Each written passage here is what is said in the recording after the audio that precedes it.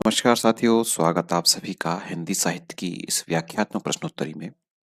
साथियों, यह क्लास आप सभी के लिए, चाहे आप net, PGT, TGT, RPSC grade first, second या एमआरएस, केपीएस, एनवीएस किसी की भी अगर आप तैयारी कर रहे हैं और हिंदी साहित्य आपके सिलेबस में है, तो ये क्लास आप सभी के लिए बेहद उपयोगी होने वाली है।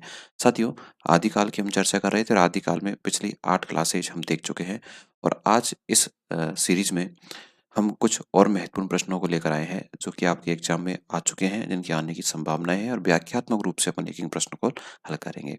तो जो विद्यार्थी हमारे साथ अभी तक नहीं जुड़ा है तो चैनल को सब्सक्राइब करके जरूर जुड़िएगा। साथियों, आज का पहला प्रश्न, आदिकालीन साहित्य में वीर रस की रचनाओं में किस भाषा का प्रयोग किया गया है?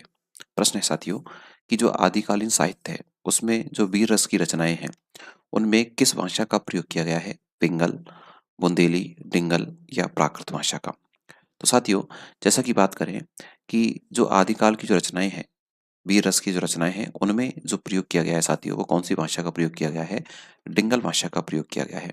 इस डिंगल के बारे में आपको बता दूं, ये जो डिंगल भाषा है, इसका जो निर्माण हुआ वो आपकी अपभ्रंश और राजस्थानी, अपभ्रंश और राजस्थानी दोनों से मिलकर किसका निर्माण होता है? डिंगल का निर्माण होता है। और आदिकालीन साहित्य में वीर रस में कौन सी भाषा का ही प्रयोग हुआ? डिंगल भाषा का। मैं पिंगल के भी बारे में आपको बता दूं, जो पिंगल भाषा है इसका जो निर्माण हुआ वो हुआ आपका अपभ्रंश। पूछ लिया जाता है एग्जाम में ये, अपभ्रंश के साथ में जब राजस्थानी भाषा मिलेगी, अपभ्रंश के साथ में साथियों कौन सी भाषा? जब राजस्थानी भाषा मिलेगी तो किसका निर्माण होता है? पिंगल का निर्माण होता है।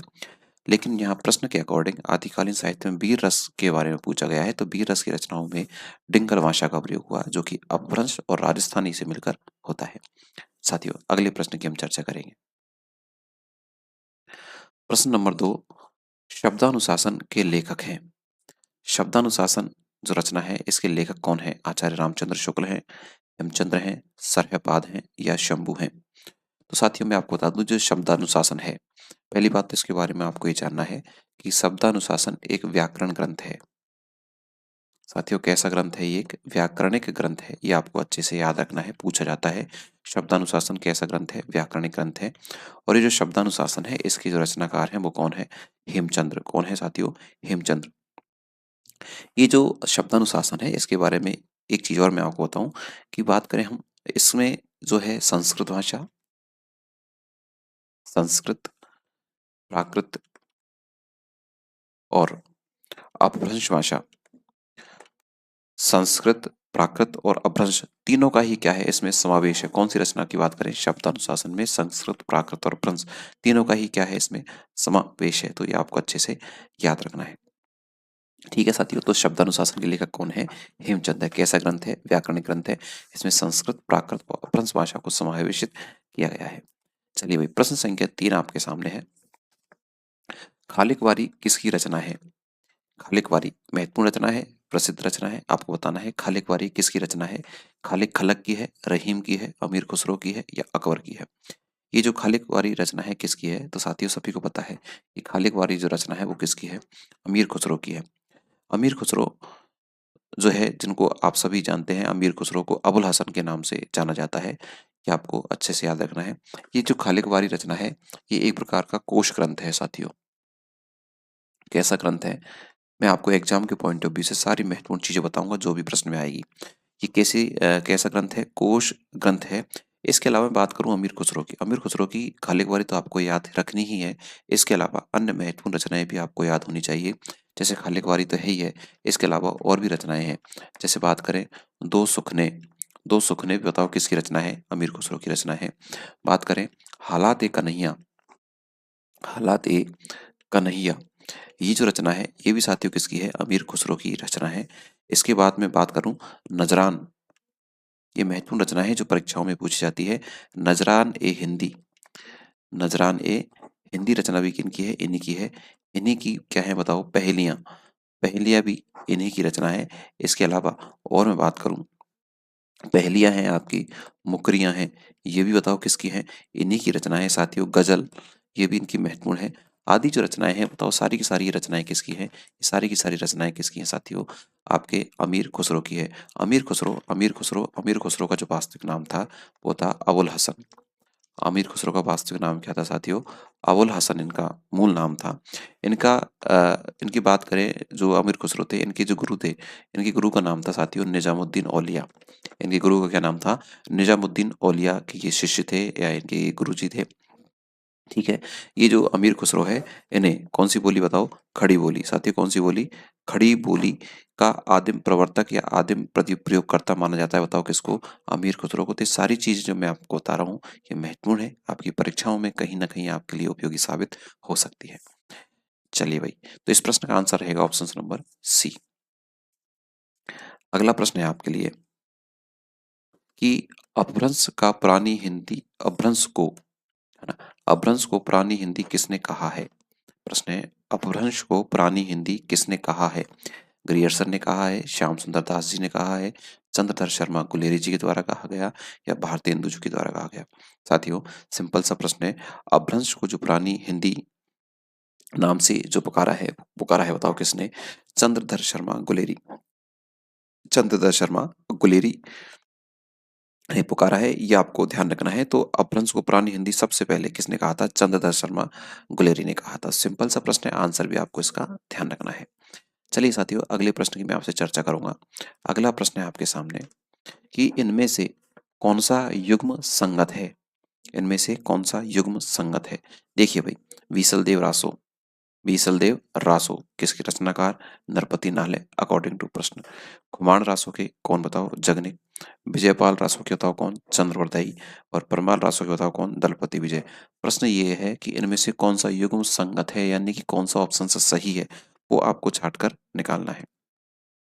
देखिए, आप सभी को पता है कि जो बीसल देव रासो वो किसकी रचना है? नरपति नाहले की रचना है। सही बात है। बात करें हम खुमान रासो की, तो खुमान रासो की रचना होता है, जगनिक तो नहीं है भैया बिल्कुल। खुमान रासो की जो रचना है वो तो है कौन? दलपति विजय। कौन है साथियों? दलपति विजय किसके रचनाकार है? खुमान रासो के। तो ये ऑप्शन से आपका कट जाएगा। बात करें विजयपाल रासो की, तो विजयपाल रासो की चंद्रवरदाई बिल्कुल नहीं है। विजयपाल रासो के रचनाकार तो कौन है? नल्ल सिंह है।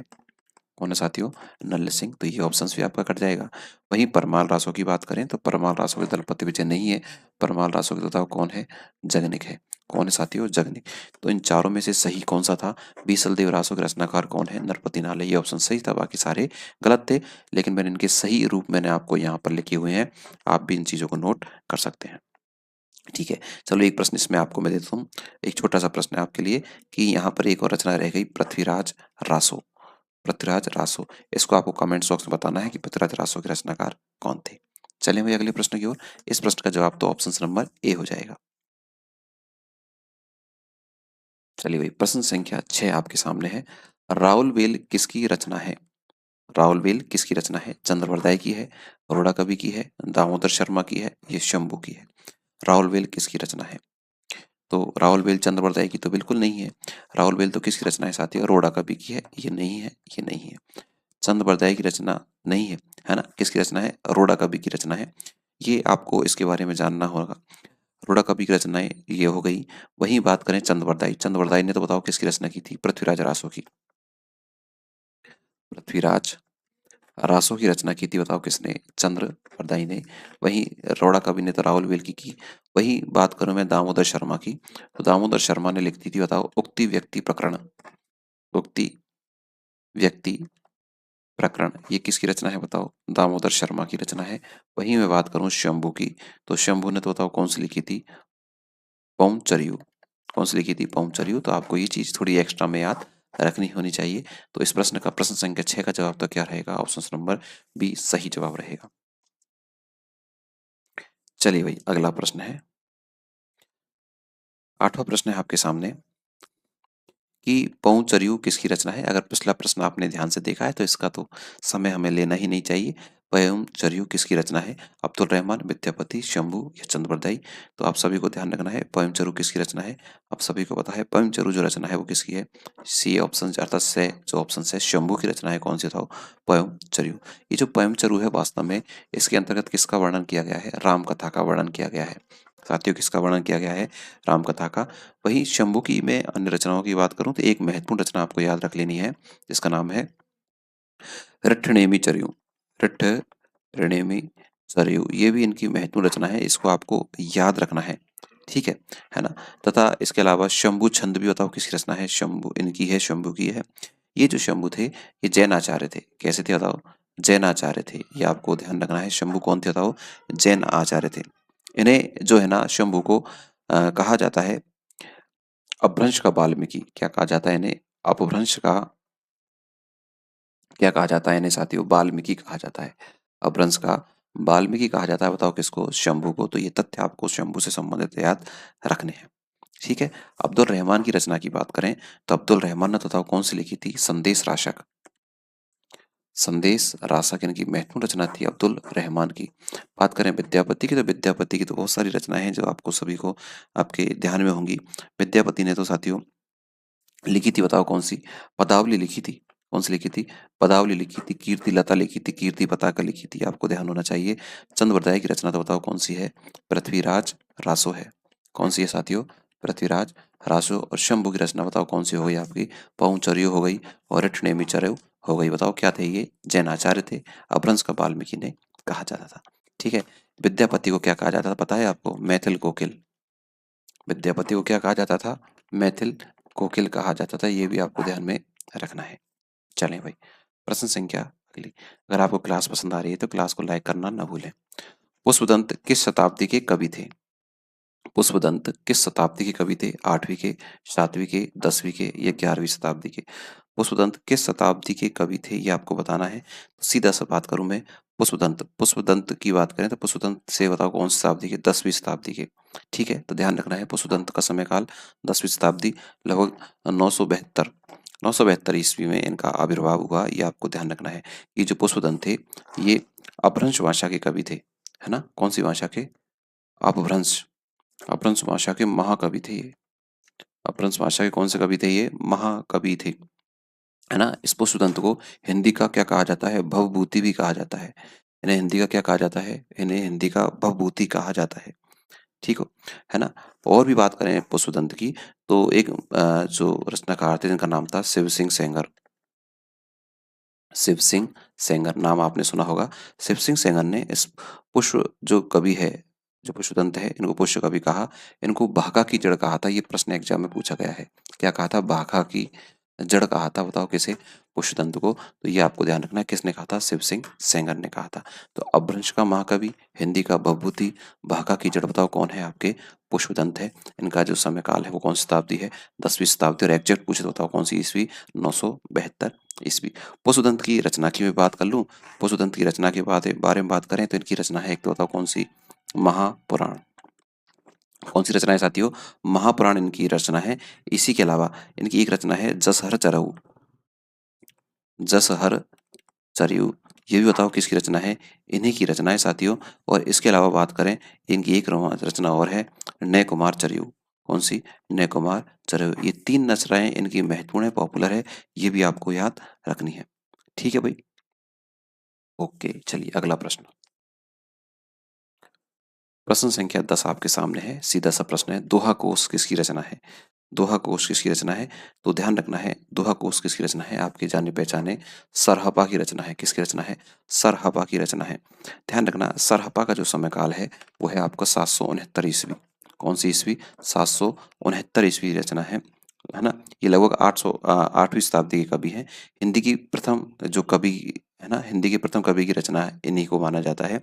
सरहपा हिंदी के साथ-साथ सिद्धों में भी प्रथम कवि थे। हिंदी के प्रथम कवि तो थे ही, लेकिन साथ-साथ में किसके प्रथम कवि भी थे ये? सिद्धों के प्रथम कवि भी थे। तो हिंदी के प्रथम कवि पूछे तो बताओ कौन है? सरपा हैं। सिद्धों के प्रथम कवि भी यही थे। आपको ये ध्यान रखना है। दोहा कोश किसकी रचना है? सरहपा की रचना है। चलिए भाई प्रश्न संख्या 11 की हम बात करेंगे। प्रश्न संख्या 11 औपचारिकता है इस प्रश्न में। इस प्रश्न का जवाब तो पहले ही बता चुका। सरहपा का संबंध निम्न में से किससे है? सरहपा का संबंध निम्न में से किससे है? आपको बताना है सरहपा का संबंध निम्न में से किससे है? सिद्ध साहित्य से, रासो साहित्य से, नाथ साहित्य, जैन से। बताओ किससे था? अभी बताया है, इनका संबंध बताओ किससे है? सिद्ध साहित्य से है। किससे बताओ? सिद्ध साहित्य से है। इनकी रचना कौन सी है? दोहा कोश इनकी रचना है। इन्हें जो सरहपा है इनका जो कुछ नाम भी आपको याद रखना है। बात करें, इन्हें सरहपाद भी कहा जाता है, सरहपाद के नाम से भी जाना जाता है। इन्हें सरोज वज्र नाम से भी जाना जाता है। इन्हें राहुल भद्र इन्हें राहुल भद्र के नाम से भी जाना जाता है। तो सरहपा कह दो, सरोज वज्र कह दो, राहुल भद्र कह दो, हिंदी का प्रथम कवि कह दो, सिद्ध साहित्य का प्रथम कवि कह दो। तो सिद्ध साहित्य से इनका संबंध है। तो ऑप्शन नंबर 1 इसका सही जवाब रहेगा। प्रश्न संख्या 12, अपभ्रंश का मुख्य छंद कौन सा है? अपभ्रंश का मुख्य छंद कौन सा है? तो क्या दोहा है, बरवई है, कुंडलिया है, सवैया है? तो ध्यान रखना है, अपभ्रंश का मुख्य छंद बताओ कौन सा है? दोहा। अपभ्रंश का मुख्य छंद कौन सा है? दोहा है। ध्यान रखना, और भी छंदों का प्रयोग हुआ, जैसे पदझटिका है, अरिल है, कड़वक है, तोमर है, त्रोटक है। इनका प्रयोग इसका मुख्य छंदों इसमें मुख्य छंदों के रूप में प्रयोग हुआ है, लेकिन सबसे मुख्य छंद बताओ कौन सा है? दोहा। ठीक है। अपभ्रंश में इस दोहा को कभी कभार आपको शब्द मिल जाता है दोहा, इस तरह से शब्द भी आपको मिल जाता है। प्रश्न संख्या 13 का जवाब आपको देना है। परमात्म प्रकाश के रचनाकार हैं। परमात्म प्रकाश के रचनाकार कौन है? राम सिंह है, जोइंदु है, या फिर हेमचंद है, या मेरुतंग है? कौन है परमात्म प्रकाश? तो ध्यान रखना है, परमात्म प्रकाश के रचनाकार तो कौन है? जोइंदु है। कौन है? जोइंदु। कौन है बताओ? जोइंदु है। ये आपको ध्यान रखना है। ठीक है। चलो, प्रश्न संख्या 14, सबरस के रचनाकार कौन है? सबरस सबरस के रचनाकार है मुल्ला वजई, कुली कुतुब शाह, इंशा अल्लाह खां, सैयद हुसैन अली खां। कौन है इनके रचनाकार? तो ध्यान रखना है, सबरस के रचनाकार है, वो सॉरी, सबरस के रचनाकार कौन है? मुल्ला वजई। कौन है साथियों? मुल्ला वजई। ये ऐसी महत्वपूर्ण रचना है जो बार बार आपके एग्जाम में पूछी जाती रही है, तो इनको आप बार बार पढ़ें, याद रह जाएगा। बहुत सारी रचनाएं हैं। बच्चों का कन्फ्यूजन रहता है कि सर हम पढ़ते बहुत हैं लेकिन हमें हिंदी की रचनाएं याद नहीं होती। तो उसका एकमात्र सॉल्यूशन है, आप इन प्रश्नों को बार बार देखें, इनकी रचनाओं को बार बार पढ़ें, दोहरान करते रहें। ये नहीं देखें कि याद हो रहा है या नहीं हो रहा है। आपका रूटीन ये होना चाहिए कि हमें डेली ये रचनाओं के बारे में जानना है, इनको पढ़ना है, तो आसानी से आपको याद रहेंगी। ठीक है। तो किसकी रचना है बताओ? मुल्ला बजही की रचना है ना? ये जो मुल्ला बजही हैं, इन्हें उर्दू साहित्य, कौन सा साहित्य बताओ? उर्दू जो साहित्य है, उर्दू साहित्य का प्रथम गद्य रचना मानी जाती है, बताओ कौन सी? सबरस। मुल्ला वजह की जो रचना है सबरस, इसे उर्दू साहित्य की प्रथम गद्य रचना मानी जाती है। ये भी आपको एक्स्ट्रा चीज याद रखनी है। साथियों, अगला प्रश्न आपके सामने, हठ योग का प्रभाव निम्न में से किस पर पड़ा? निम्न में से किस पर पड़ा? किसका हठ योग का प्रभाव? तो भाई, इसका संबंध तो सीधा सीधा किससे था बताओ? नाथपंथ से था। और नाथपंथ का जो प्रवर्तक माना जाता है वो कौन माना जाता है? गोरखनाथ माना जाता है। तो प्रश्न का आंसर भी क्या हो जाएगा? सी, हठ योग। नाथपंथ का मूल जो बौद्ध शाखा थी, वो साथियों कौन सी थी? वो थी आपकी वज्रयान शाखा, है ना? ये आपको ध्यान रखना है। तो हठ योग का प्रवर्तन किया, बताओ किसके द्वारा? गोरखनाथ जी के द्वारा इसका प्रवर्तन किया गया। प्रश्न संख्या 16 है आपके सामने, कुवलयमाला कथा के रचनाकार कौन है? कुवलयमाला कथा किसकी रचना है? रोड़ा की है, उदितन सूरी की है, दामोदर शर्मा की है, ज्योतिरेश्वर की है? तो कुवलयमाला आप सभी को पता है। कुवलयमाला तो आपने सभी ने जीके में भी इसको पढ़ा होगा। तो कुवलयमाला के रचनाकार तो कौन है? उद्योतन सूरी है। साथी कौन है? उद्योतन सूरी है कुवलयमाला के। ठीक है कि सर औरों के बारे में बता दीजिए, तो औरों के बारे में सुन लीजिए। दामोदर शर्मा की बात करूं मैं, तो दामोदर शर्मा की है उक्ति व्यक्ति प्रकरण। उक्ति व्यक्ति प्रकरण दामोदर शर्मा की है। वहीं ज्योतिरेश्वर ठाकुर की बात करें तो इनकी है वर्ण रत्नाकर। वर्ण रत्नाकर इनकी रचना है। इसका जवाब तो यही हो गया। और रोड़ा का भी किताब आपने अभी देखी है, राहुल बेल, जिसमें नक्सिक वर्णन को प्रथम बार जगह स्थान दिया गया था, शिलांकित कृति है। ये भी आपको ध्यान रखना है। तो उद्योतन सूरी कौन सी हो गई? कुवलय माला। चलो भाई, 17वां प्रश्न आपके सामने है, अद्यहमाण की रचना है। अद्यहमाण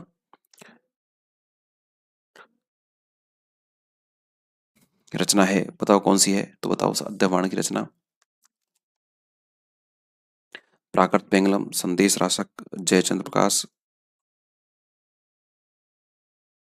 ये अद्यहमाण नहीं है, ये अब्दुल है, ये है ना? इसको थोड़ा सा आप चेक करें। अब्दुल रहमान की रचना है ना, वो संदेश राशक इसमें पूछी गई है। अब्दुल रहमान की रचना कौन सी? संदेश राशक। ये आपको ध्यान रखना है। अब्दुल रहमान, है ना, ये आपको ध्यान रखना है। संदेश राशा इस प्रश्न का आंसर हो जाएगा। प्रश्न संख्या 18। 18 है, 8वीं शताब्दी के कवि नहीं है। बड़ा अच्छा प्रश्न है। कौन से 8वीं शताब्दी के कवि नहीं है? तो सरपा, हेमचंद, शवरपा या शंभू। देखिए भाई, सरहपा ये तो निश्चित है, ये तो कौन सी सदी के ही थे? 8वीं के ही थे। सरहपा कौन सी सदी के थे? 8वीं। सरहपा की जो रचना थी वो कौन सी थी बताओ? दोहा कोश। कौन सी रचना थी? दोहा कोश। वहीं मैं हेमचंद की बात करूं तो हेमचंद तो बताओ कौन सी सदी के थे? 11वीं सदी के थे। और जो हेमचंद है इनकी जो रचना है वो है शब्दानुशासन। शब्दानुशासन, ये भी आपको ध्यान रखना है। वही मैं शबरपा की बात करूं, शबरपा बताओ कौन सी सदी के थे? वही 8वीं सदी के थे। और शबरपा की महत्वपूर्ण रचना है वो है चर्यापाद। चर्यापद, ठीक है। वहीं शंभू की बात करें तो शंभू भी कौन सी सदी के थे भाई? 8वीं सदी के थे। और 8वीं सदी में बात करें तो इनकी महत्वपूर्ण रचना है पयम सरयू, है ना। तो ये इनकी महत्वपूर्ण रचना है। तो इस प्रश्न का जवाब देख लीजिए, 8वीं सदी के नहीं है पूछा है, तो नहीं तो बताओ कौन सा हो जाएगा? हेमचंद इसका सही जवाब हो जाएगा। चलिए प्रश्न संख्या 19। इससे पहले आपको बता दूं, संपूर्ण हिंदी साहित्य। संपूर्ण क्या बताओ? संपूर्ण हिंदी साहित्य, आप किसी भी ग्रेड की तैयारी करें, किसी भी कंपटीशन में आप बैठें, तो संपूर्ण साहित्य आपको पढ़ाया जा रहा है। बिल्कुल और बिल्कुल बताओ कैसा? निःशुल्क। न केवल प्रश्नोत्तर विधि से अपितु व्याख्यात्मक रूप से भी आप इसको निःशुल्क रूप से पढ़ सकते हैं। तो यहाँ प्रश्न है आपका, पुष्पदंत की प्रबंध रचना है। पुष्पदंत की प्रबंध रचना है, तो ऑप्शन ध्यान रखना है आपको। रठनेमी चर्यु, अणय कुमार चर्यु, पयम चर्यु या भविष्यत कहा। तो आपको ध्यान रखना है। इस प्रश्न का जवाब क्या हो जाएगा आपका? निर्णय कुमार चर्यु। इसकी चर्चा मैं अभी पहले वाले प्रश्न में कर चुका। ध्यान रखना है, पुष्पदंत की प्रबंध जो रचना है वो है कौन सी? निर्णय कुमार चर्यु है ना, ये आपको ध्यान रखना है। तो इसका आंसर क्या हो जाएगा? Option number 20, option number B हो जाएगा। तो साथियों, अगर आप हिंदी साहित्य पढ़ रहे हैं, हिंदी व्याकरण पढ़ रहे हैं, शिक्षा मनोविज्ञान पढ़ रहे हैं, शिक्षण विधि पढ़ रहे हैं, तो आप हमारे साथ इस चैनल को सब्सक्राइब करके जुड़ सकते हैं और संपूर्ण चीज़ें आप निःशुल्क रूप से देख सकते हैं। साथ में आपको एक छोटा सा एप्लीकेशन अगर आप डाउनलोड करना चाहें, नाम है पीके एडवांस साइको। इस नाम से प्ले स्टोर से एप्लीकेशन डाउनलोड कर सकते हैं और अच्छे से आप हैंड रिटन नोट्स भी वहाँ से प्राप्त कर सकते हैं। आप सभी को क्लास कैसी लगी नीचे मुझे कमेंट्स बॉक्स में ज़रूर बताइएगा। तब तक के लिए आप सभी का धन्यवाद। Thank you.